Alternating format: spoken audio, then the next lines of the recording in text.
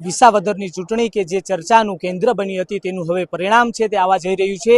જૂનાગઢની કૃષિ કોલેજ ખાતે કે જ્યાં વિસાવદરની વિધાનસભાની ચૂંટણીનું મતગણતરી છે તે શરૂ થઈ ગઈ છે। સવારે 8 વાગ્યાથી લઈને મતગણતરીની છે તે શરૂઆત થઈ ચૂકી છે। ત્યારે જે રીતના વિસાવદરની ચૂંટણી છે તે એક ચર્ચાનું કેન્દ્ર બની।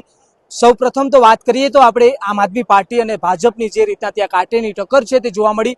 જે ગામ એક ગામમાં જઈને જ્યારે અમે જે રીતના જોયું ત્યારે ખરેખર અમને જે ભાજપ અને આમ આદમી પાર્ટી વચ્ચેની જે ટક્કર જોવા મળી તેનું હવે પરિણામ છે તે આવવા જઈ રહ્યું છે।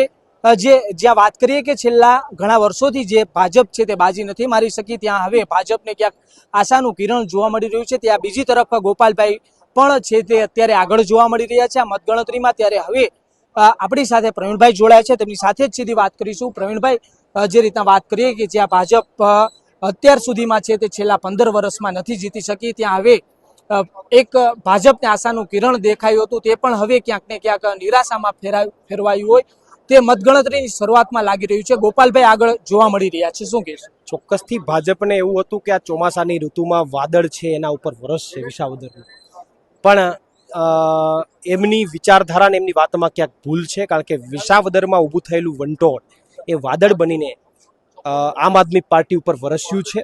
એમનો વિશ્વાસ અત્યારે ન કહી શકીએ, પણ જે અત્યારે દેખાઈ રહ્યું છે પ્રાથમિક રૂઝાનમાં, કારણ કે પ્રાથમિક પહેલી જે વડાલ જિલ્લા પંચાયત એ અમારા માટે અમે ટફ ગણતા હતા। કદાચ અમે વિલોવિલ ચાલીએ અથવા ડાઉનમાં ચાલીએ એવી સ્થિતિમાં અમે અમારી ગણતરી હતી। એ જિલ્લા પંચાયતની અંદર પ્રથમ રાઉન્ડમાં અમે 945 મતોથી આગળ નીકળી ગયા છે। તો સીધે સીધો આનો મતલબ એ છે કે જનતાનો જનાદેશ અહીંયાથી જ શરૂઆત ખબર પડી ગઈ છે। જે અમારા માટે ઢાળ હતો એ ઢાળ ચડી ગયા છે, એટલે હવે ક્યાંય બ્રેક લાગવાનો વિષય નથી। હવે સમય જેમ જેમ સમય વીતતો જશે એમાં લીડમાં વધારો થતો જશે અને એક બમ્પર લીડ સાથે આમ આદમી પાર્ટી અને ગોપાલભાઈ ઇટાલિયા વિસાવદરથી જીતી અને વિધાનસભા પહોંચશે। જે રીતના કહીએ કે ભાજપને જે દિગ્ગજ નેતાઓ ભાજપે ત્યાં ઉતાર્યા હતા અને તે લોકો કહી રહ્યા હતા કે આ લોકોની દુકાનો છે તે બંધ થઈ જશે, આ મુદ્દાને લઈને હવે ક્યાંક ને ક્યાંક એવું લાગી રહ્યું છે કે ભાજપ જ છે તે આ વિધાનસભાની ચૂંટણીમાં અત્યારે હાલ પાછળ જોવા મળી રહ્યું છે। હવે આને લઈને તમે શું કહેશો? દુકાન તો કોની બંધ થશે કોની ચાલુ રહેશે વિસાવદરની જનતાએ નક્કી કરવાનું છે, અને વિસાવદરની જનતા એ જે મતપેટીમાં નક્કી કર્યું છે એ કલાકોમાં હમણાં ખબર પડી જશે।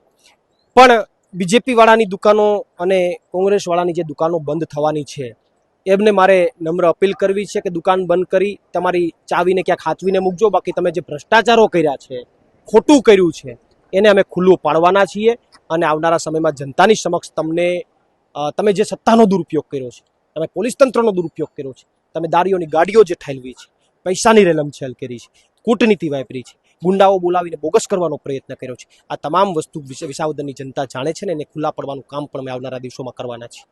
જે રીતના ગોપાલભાઈએ જે મતગણતરી અત્યારે ચાલી રહી છે ને તેમાં આગળ જોવા મળી રહ્યા છે, જ્યારે મતદાન થયું ત્યાંના જે કહીએ કે 3 થી 4 જેટલા બૂથો હતા કે જેનું ફરીવાર છે તે મતદાન કરવામાં આવ્યું, આને લઈને આપ શું કહેશો? આમાં શું કારણ હતું કે જેના કારણે ફરીવાર મતદાન છે તે? પહેલાં તો એમાં સમજવા જેવી વાત એ છે, આખી ગુજરાતની જનતા એ સીધી લીટીની વાત છે કે જ્યારે કોઈ 2 બૂથ ઉપર ફરીથી ચૂંટણી થાય, ફેર ચૂંટણી થાય, તો એનો મતલબ એ થાય છે કે ત્યાં કંઈક ખોટું થયું છે તો જ ચૂંટણી થાય, કંઈક બોગસ થયું છે, કંઈક પ્રિસાઇડિંગ ઓફિસર સાથે માથાકૂટ કરી છે, તો ખોટું થયું છે એની ફેર ચૂંટણી થાય તો તંત્રએ સ્વીકાર્યું કે ખોટું થયું છે। તો શું ખોટું થયું છે એનું પ્રમાણ હજી કેમ નથી મળતું? એમની ઉપર એફઆઈઆર કેમ નથી થતી? ચૂંટણી છે, આમની અંદર તો ખૂબ મોટી એફઆઈઆરો, મોટા કેસો થાય, કેમ સીસીટીવી લગાવવામાં આવ્યા? સીસીટીવી કેમ ચેક નથી થતા? સીસીટીવી અમને કેમ નથી આપવામાં આવતા? મીડિયાને સીસીટીવી કેમ નથી આપવામાં આવતા? શા માટે? આ તમામ મુદ્દાઓ પર પ્રશ્નાર્થ છે।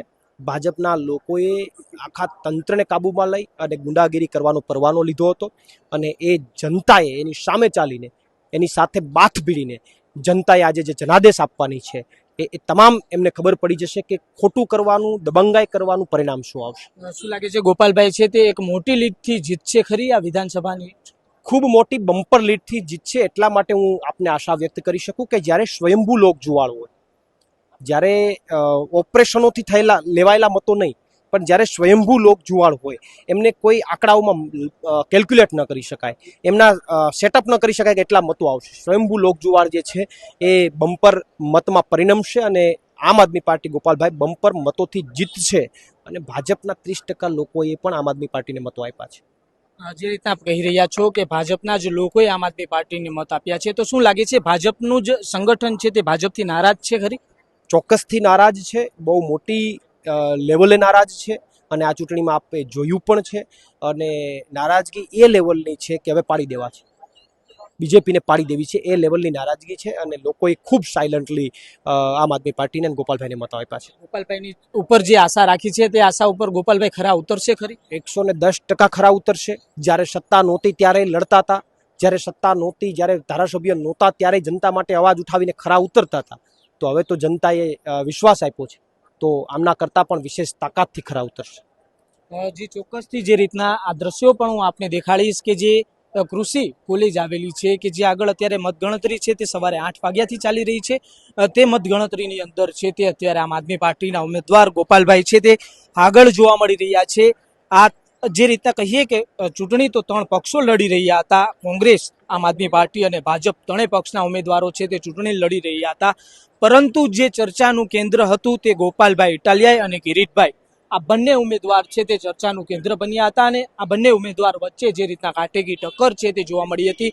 અનેક વાયદાઓ છે તે દરેક ઉમેદવારો દ્વારા કરવામાં આવ્યા હતા. અને હવે આ જે ચર્ચાનો વિષય જે ચૂંટણી બની હતી વિસાવદરની, તેનું પરિણામ છે તે થોડી જ ક્ષણોની અંદર આવવા જઈ રહ્યું છે. મતગણતરી છે તે ચાલી રહી છે.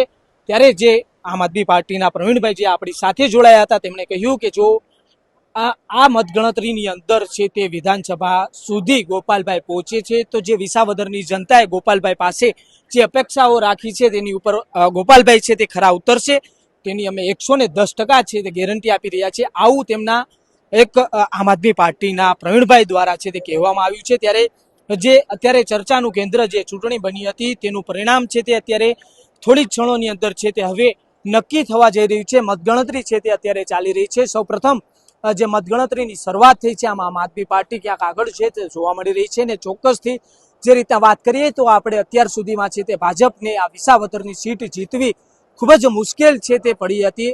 જે રીતના છેલ્લા 15 વર્ષોમાં ભાજપ છે તે આ વિસાવદરની સીટ છે તે નથી જીતી શકી, ત્યારે આ વર્ષે પણ જે અત્યારે મતગણતરીની શરૂઆત થઈ છે તેમાં ગોપાલભાઈ છે તે શરૂઆતથી જ આગળ છે તે જોવા મળી રહ્યા છે. હવે આ પરિણામ છે તે કઈ બાજુ જઈ રહ્યું છે તેની થોડી ક્ષણોની અંદર છે તે ખબર પડી જશે.